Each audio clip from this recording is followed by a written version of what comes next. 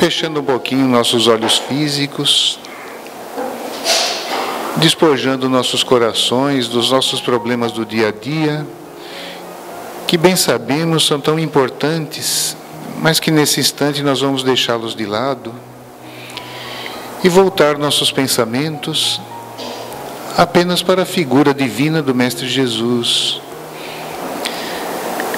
desse Espírito maravilhoso que é governador espiritual do nosso planeta e cujo mês comemoramos o nascimento,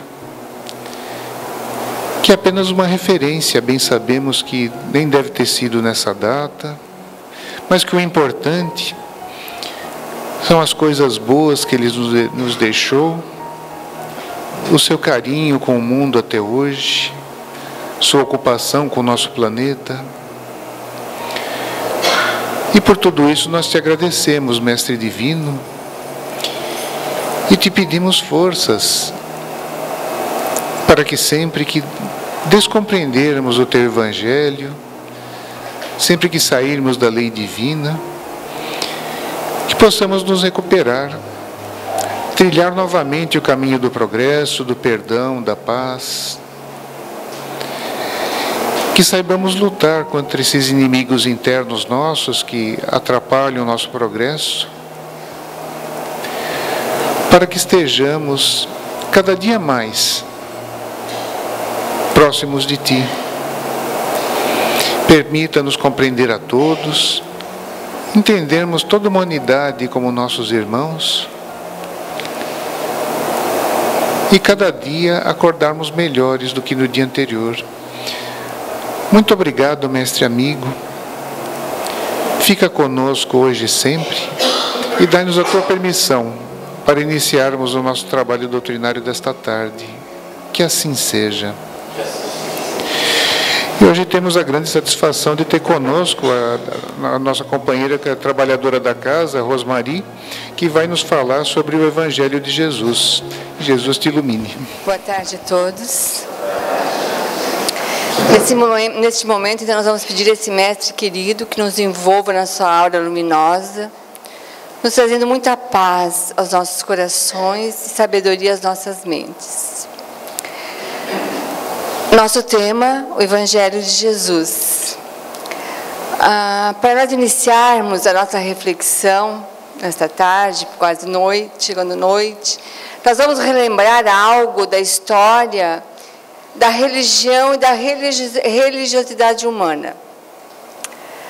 Sempre que se fala em religião, logo vem à nossa mente a ideia de uma estrutura organizada, com sacerdotes, com templos, com rituais, sacrifícios.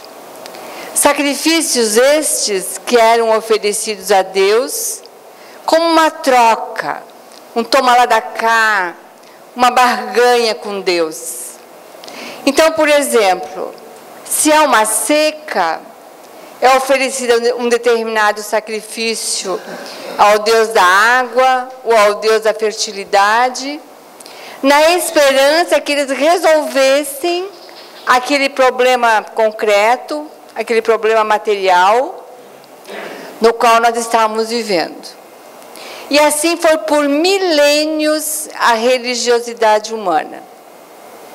Até que, com a vinda de Jesus, Ele nos propôs uma religiosidade puramente espiritual, completamente espiritual. Mas nós tivemos muita dificuldade em aceitar esta proposta de Jesus e de principalmente praticá-la no nosso dia a dia. Apesar de toda a vivência da lição pelo homem de Nazaré, nós não entendemos, as pessoas não entenderam naquela época a lei maior, e nós continuamos a não entender nos dias de hoje. Por esta razão, nós misturamos a proposta de Jesus, aquelas práticas, aqueles hábitos da religiosidade milenar, das antigas civilizações, e transformamos o cristianismo num conjunto de instituições e hierarquias que repetiam aquelas práticas das antigas religiões, das diversas civilizações. Nós não estamos aqui querendo dizer que aquelas práticas estavam erradas, de forma nenhuma. Aquelas práticas tiveram um papel muito importante na evolução humana, até porque a evolução não dá saltos. E todas as vivências todas as experiências vividas foram enriquecedoras para o espírito. Mas a humanidade já progrediu, já deu alguns passos à frente e já está apta a viver novas experiências. Convenhamos que a humanidade hoje se encontra num patamar evolutivo que lhe permite viver outras experiências e ter um contato mais genuíno com Deus e com a sua religiosidade. Por esta razão, portanto, o grande desafio da humanidade tem sido o de lidar de forma eficaz e de forma objetiva com a sua religiosidade. No século XIX, desce à Terra mais um missionário, Allan Kardec. Ele nos traz essa nova doutrina. Ele se transformou no porta-voz da pleiade do Espírito de verdade e codificou a doutrina espírita. Conta-nos Humberto de Campos, é um espírito, que num livro chamado Crônicas Além do Túmulo, que Jesus convocou João Evangelista para coordenar a grande tarefa de resgatar o Evangelho no mundo. Projetava-se aí então a vinda do Consolador prometido. E é por essa razão que nós vamos encontrar no Livro dos Espíritos, no prefácio do Livro dos Espíritos, a mensagem magistral de João Evangelista. Ele, João Evangelista, o apóstolo do Cristo, formando um conjunto espiritual com aqueles espíritos luminares, construtores sinceros, para falarem além dos interesses humanos. Então, na codificação nós vamos encontrar João Evangelista, São Luís, São Vicente de Paula, Santo Agostinho, Paulo de Tarso, Lázaro, Sansão, Irmã Rosário e tantos outros espíritos luminosos, todos sob a orientação do Espírito Sublime, o Espírito de verdade. E com isso tudo, a doutrina espírita nos fala que quando editou-se o Livro dos Espíritos, Kardec estabelece, com o auxílio desses espíritos luminosos, o resgate dos princípios fundamentais do pensamento humano. E a doutrina espírita tem nos oferecido uma grande contribuição no entendimento do que vem a ser a verdadeira religiosidade proposta por Jesus e o que significa o Evangelho entre nós.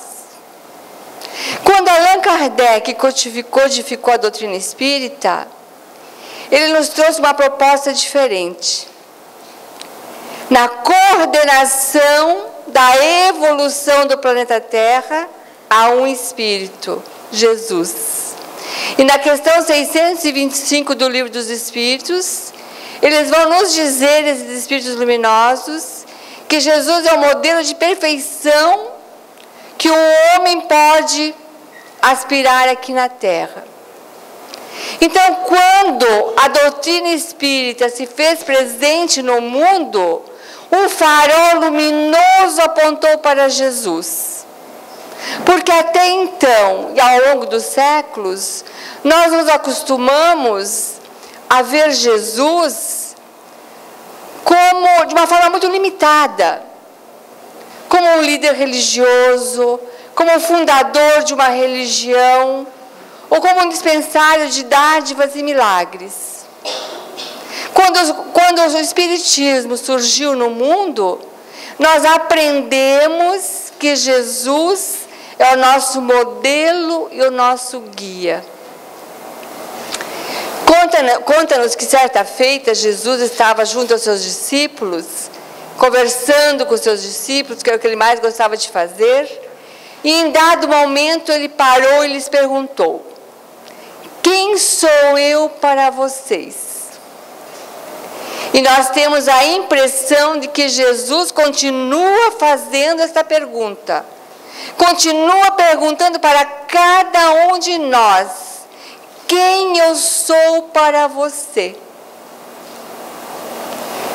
Quem é Jesus para nós? O que Ele representa nas nossas vidas? Como nós vemos Jesus? Como nós lembramos de Jesus? Muitas pessoas lembram de Jesus com um personagem, um revolucionário na história, como um homem que veio ao mundo para mudar as estruturas do poder. Outros ainda lembram de Jesus como um vulto histórico perdido na história dos tempos. E outros ainda mais lembram de Jesus apenas em 2 datas: no Natal, com muito peru, champanhe, presentes, e na Páscoa com muito chocolate. E a pergunta continua bailando sobre nós: quem é Jesus para nós? O que Ele representa nas nossas vidas? No Evangelho segundo o Espiritismo, no capítulo 2, que tem com o título Meu Reino Não É Deste Mundo, nós vamos encontrar um item que tem o subtítulo Realeza de Jesus. Neste texto, os nossos mestres espirituais, nossos benfeitores, eles vêm nos mostrar a posição evolutiva superior de Jesus, cujos atos, palavras e atitudes expressam a mais pura lei de Deus. Espírito único, Espírito puro, que vai fazer com que Kardec, no comentário da questão 625 do Livro dos Espíritos, vai dizer que o Espírito de Deus o anima. Ele era um instrumento de Deus sobre a terra. Resgatada a posição de Jesus, se nós o deixarmos, ele vai descer da cruz. Ele desce da cruz e passa a circular entre nós. Porque o Espiritismo vem nos mostrar, vem nos revelar um Cristo mestre, um Cristo amigo, um Cristo orientador, aquele que polariza o nosso afeto, aquele que polariza os nossos sentimentos, aquele que polariza a nossa vontade de se melhorar, de se aprimorar e se aperfeiçoar no nosso íntimo. Ele é o educador, ele é o médico das almas humanas, ele é o médico que cura as nossas feridas mais difíceis, as feridas mais doídas, as feridas das nossas almas, as dores da nossa alma. Mas ele também é um guia que nos tira dos caminhos escusos que temos perambulado durante muitas vidas e nos conduz a um caminho mais fraterno, um caminho mais amoroso, um caminho mais justo, um caminho de mais aceitação e mais resignação com os desígnios de Deus. Nós aprendemos na doutrina espírita, então, que Jesus Cristo é o nosso modelo e nosso guia. Se nós vivemos essa doutrina, se nos dizemos espíritas, se nós aceitamos essas verdades que a doutrina nos traz, quando que nós vamos tomar realmente a decisão de seguir Jesus? Talvez porque a humanidade esteja dando pouca atenção aos ensinamentos do Mestre, é que nós estamos vivendo assim tão atribulados, inquietos, insatisfeitos e até deprimidos. Todos ou quase todos os nossos problemas seriam resolvidos se a humanidade começasse a praticar os ensinamentos de Jesus. E o Evangelho de Jesus é um manancial de lições incomparáveis, onde nós podemos buscar as orientações para todas as áreas das atividades humanas. Num livro chamado Nosso Lar, psicografado por Chico Xavier, do Espírito André Luiz, no prefácio deste livro, o Espírito Emmanuel nos dá um recadinho. Ele nos diz assim: todo cristão, os passos de todo cristão, em qualquer escola religiosa, devem dirigir-se verdadeiramente ao Cristo. E no nosso campo doutrinário, nós necessitamos sim do espiritismo e do espiritualismo, mas nós precisamos muito mais da espiritualidade, O que significa espiritualidade? Espiritualidade é a nossa maneira de viver, é a nossa aquisição interior, são as nossas aquisições interiores, é a nossa forma de ser, de agir. Todo ser humano busca para si um sentido da vida. E é neste ato que reside a nossa espiritualidade. Porque a espiritualidade significa essa busca do encontro interior, da nossa essência divina. E quando nós conseguimos nos encontrar intimamente, nós sentimos necessidade de nos ligar a Deus, fonte da vida. E o Evangelho de Jesus veio para amplificar essa nossa espiritualidade. Veio para reatar os verdadeiros laços que nos unem a Deus. Porque todos os rituais, hábitos religiosos, práticas religiosas, eles se tornam instrumentos. E os instrumentos só são úteis quando cumprem a sua função. Porque eles são caminhos, meios para nós alcançarmos a nossa espiritualidade. Nós precisamos adentrar no terreno da espiritualidade. Espiritualidade com Jesus. Nós não estamos aqui falando da espiritualidade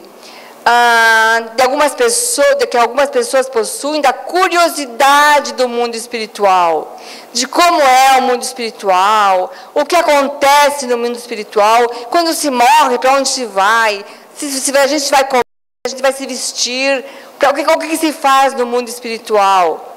Não é essa espiritualidade que nós estamos falando. Nós estamos falando da espiritualidade do desenvolvimento dos germes sagrados que Deus colocou nas nossas almas. Porque Deus plantou projetos, propósitos em nossos corações. E quando nós estávamos ainda no mundo espiritual, nós tomamos conhecimento desses projetos, desses propósitos. E conversamos e discutimos junto às pessoas que iriam fazer parte da nossa jornada evolutiva. Falamos muito, fizemos planos, mas quando nós chegamos aqui, quando reencarnamos, nós esquecemos. Nos envolvemos com as coisas da vida, com as coisas materiais, com as ilusões da vida, e vamos deixando de lado os nossos propósitos, os nossos projetos, o desenvolvimento desses germes sagrados, que são as nossas virtudes, as nossas potencialidades, o nosso melhor.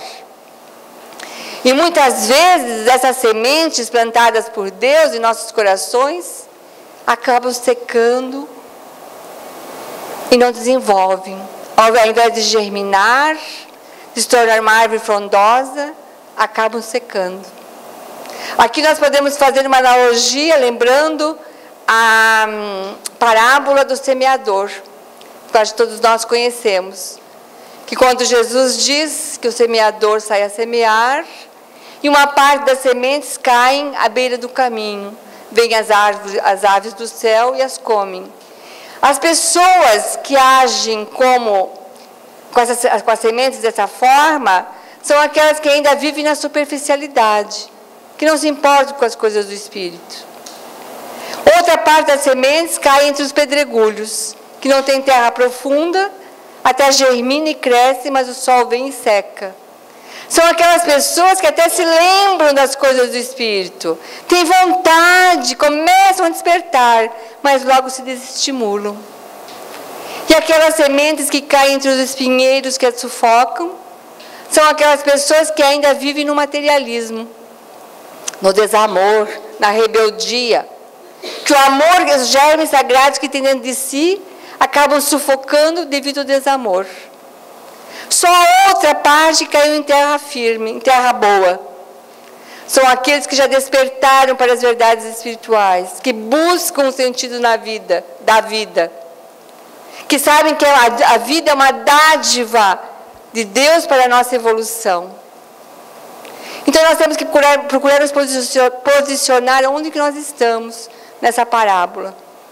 E também nessa mesma obra, Nosso Lar, interessante que logo em seguida, na introdução, André Luiz nos diz assim: é preciso muito esforço do homem para ingressar na academia do Evangelho de Jesus. Ingresso esse que se verifica de estranha maneira. É ele em companhia do Mestre, efetuando um curso difícil, com lições sem cátedras, sem escolas, sem universidades, e ouvindo vastas dissertações sem palavras articuladas. Muito longe a nossa jornada laboriosa. Quer dizer, nós temos muito trabalho pela frente. Quando André Luiz coloca, eu achei muito interessante, porque eu não lembro bem a época que foi editado, psicografado esse livro, mas eu acho que foi lá por 1940, ele já falava em academia. Então, usando essa terminologia de André Luiz, academia, quando nós falamos em academia, o que nos lembra? Nos lembra esforço, vontade, disciplina, perseverança. Então, para nós ingressarmos na academia do Evangelho de Jesus, nós precisamos desenvolver a nossa disciplina, a nossa perseverança, a nossa vontade, o nosso esforço. É como Kardec nos diz quando ele fala da transformação moral. É uma verdadeira Olimpíada moral, porque as virtudes não se conseguem por acaso, mas são conquistadas passo a passo e exigem de nós hábitos de resiliência.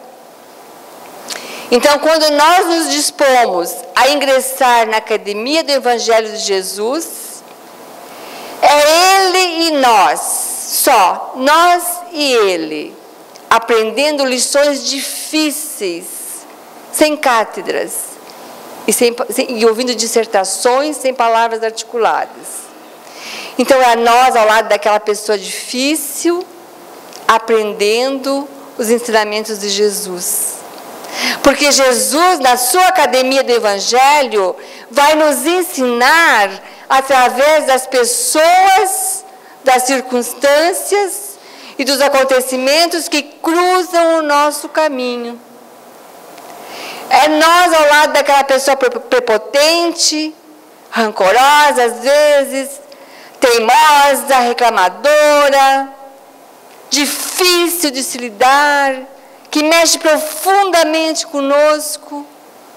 É Jesus nos ensinando a paciência, a bondade, a tolerância, o perdão, a compaixão. Às vezes, nós ao lado daquela pessoa que nos incomoda muito, e nós com uma vontade de dar uma esganadinha no pescoço dela, prontos a explodir, aí nós ouvimos vastas dissertações sem palavras articuladas.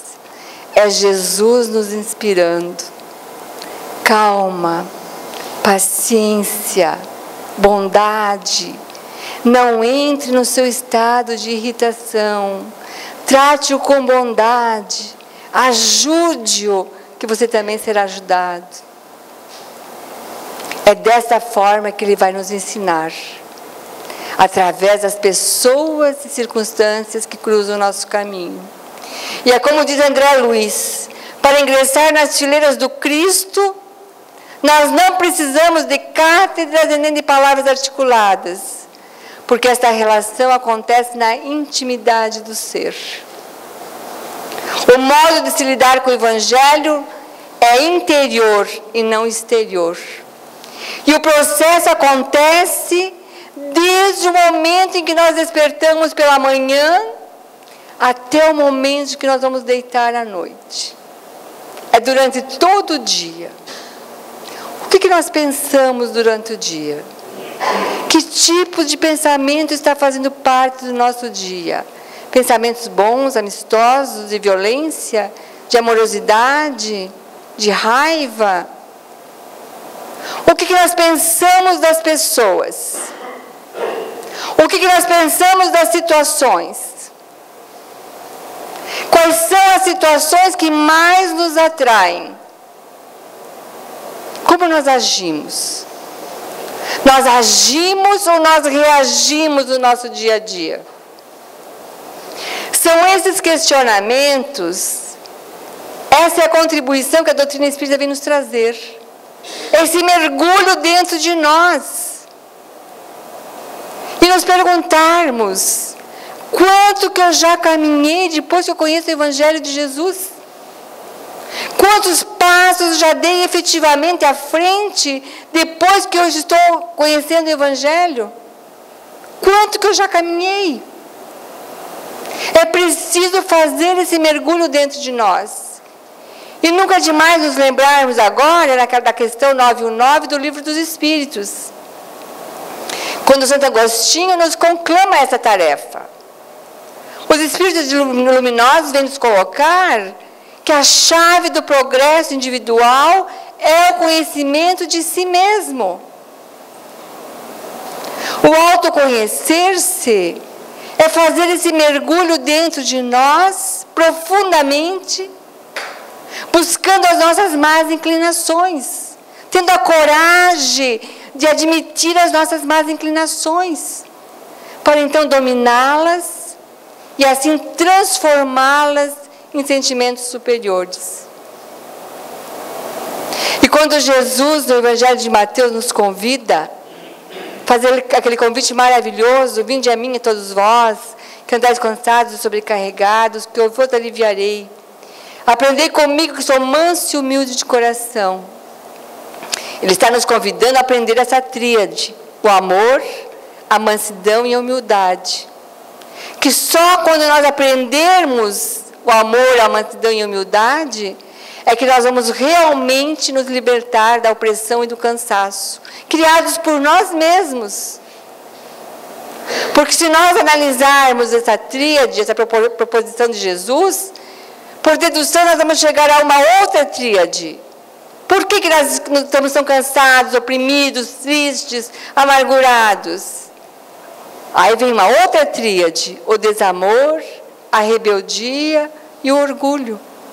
Sentimentos tão grosseiros estes, de um teor tão grosseiro, que nos trazem esse cansaço, esse mal-estar, essa opressão que às vezes nós sentimos. E com certeza, quando nós buscamos estudar o Evangelho de Jesus, nós buscamos com um propósito puramente espiritual. Nós o fazemos com um propósito espiritual. Porque todos nós queremos ser felizes. Desejamos a felicidade. Mas a pergunta está justamente aí. Como encontrar a felicidade? E os benfeitores espirituais nos respondem que as respostas estão todas no Evangelho. Mas nós podemos dizer assim, algumas pessoas poderão dizer, mas como eu posso ser feliz se estou doente? Como eu posso ser feliz se dentro da minha família existem pessoas que me odeiam? Como eu posso ser feliz se estou passando por dificuldades financeiras? Como eu posso ser feliz se estou passando por um final de relacionamento afetivo? Problemas afetivos?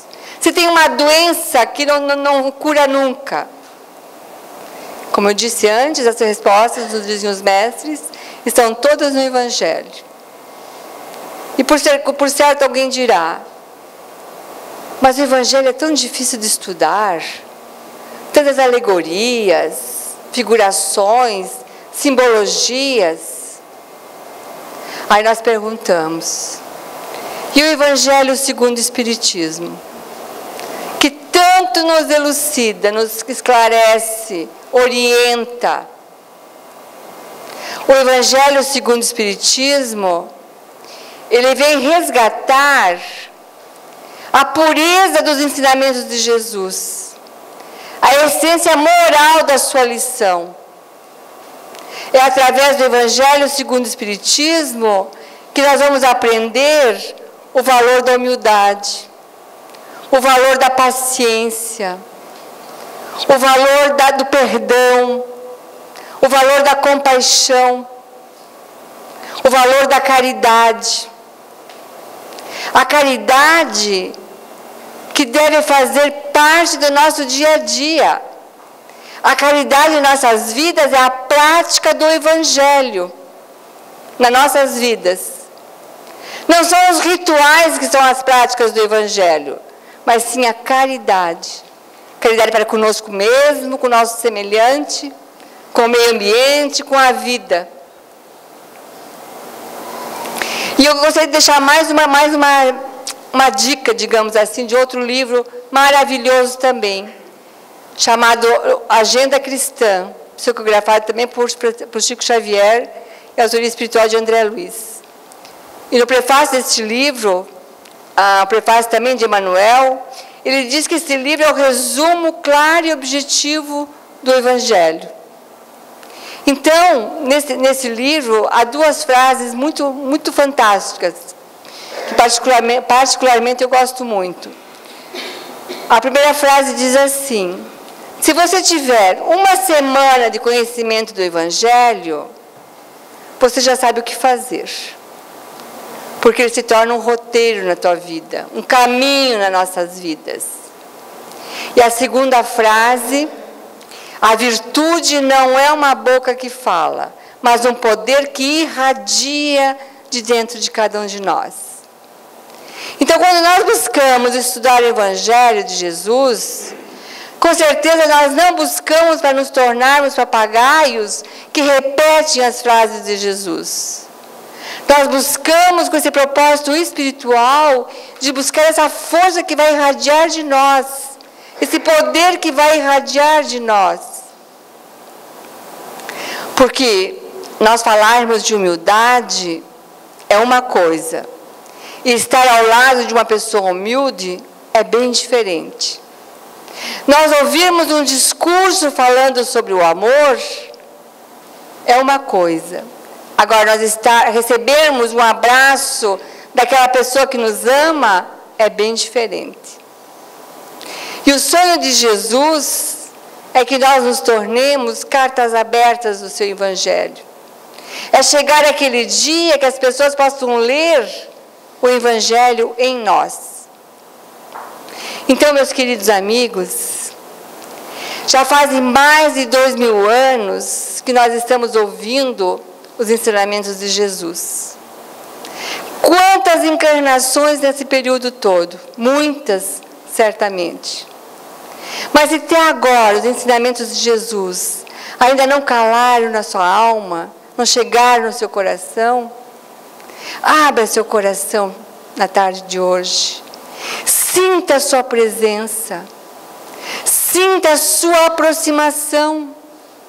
Ele quer fazer parte do nosso dia a dia. Ele quer estar presente nas nossas vidas. Que Ele possa realmente penetrar os nossos corações. E por mais difícil que possa parecer as situações do nosso dia a dia, vamos lembrar o que Emmanuel nos diz. Não desanimes. Persiste mais um tanto. Não cultives o pessimismo. Segue adiante. Avança ainda que seja entre erros. Trabalha constantemente. Edifica sempre. Não permitas que o gelo do descontentamento entorpeça teu coração. Lembra-te, vitória espiritual é tarefa para o dia a dia. Não há realização sem esforço. Silêncio para as injúrias, perdão para as ofensas. Recorda-te, os agressores são irmãos doentes. Não permitas que irmãos desequilibrados destruam o teu trabalho ou apaguem a tua esperança. Não te voltes contra ninguém. Não conte vantagens e nem fracassos. Não dramatizes problemas e nem provocações. Se em algum momento da tua jornada errares do caminho, reajusta a visão e busca o rumo certo. Não te impressiones com as dificuldades. Estuda para aprender. Conserva o hábito da oração que te fará luz na tua vida íntima. Resguarda-te em Deus. Persevera o trabalho que Ele te confiou. Ama sempre e faze pelo outro o melhor que puderes. Segue auxiliando, age sem apego, que assim vencerás. Que Jesus nos abençoe, que possa realmente penetrar em nossos corações na noite de hoje, nos fazendo mais felizes, e nós nos fazendo mais felizes também, e o fazendo feliz também. Que assim seja. Nós agradecemos a Rosmari pela palestra tão bem colocada. Esperamos que, sinceramente, que Jesus consiga penetrar em todos os corações assim que nós os abrirmos. E agora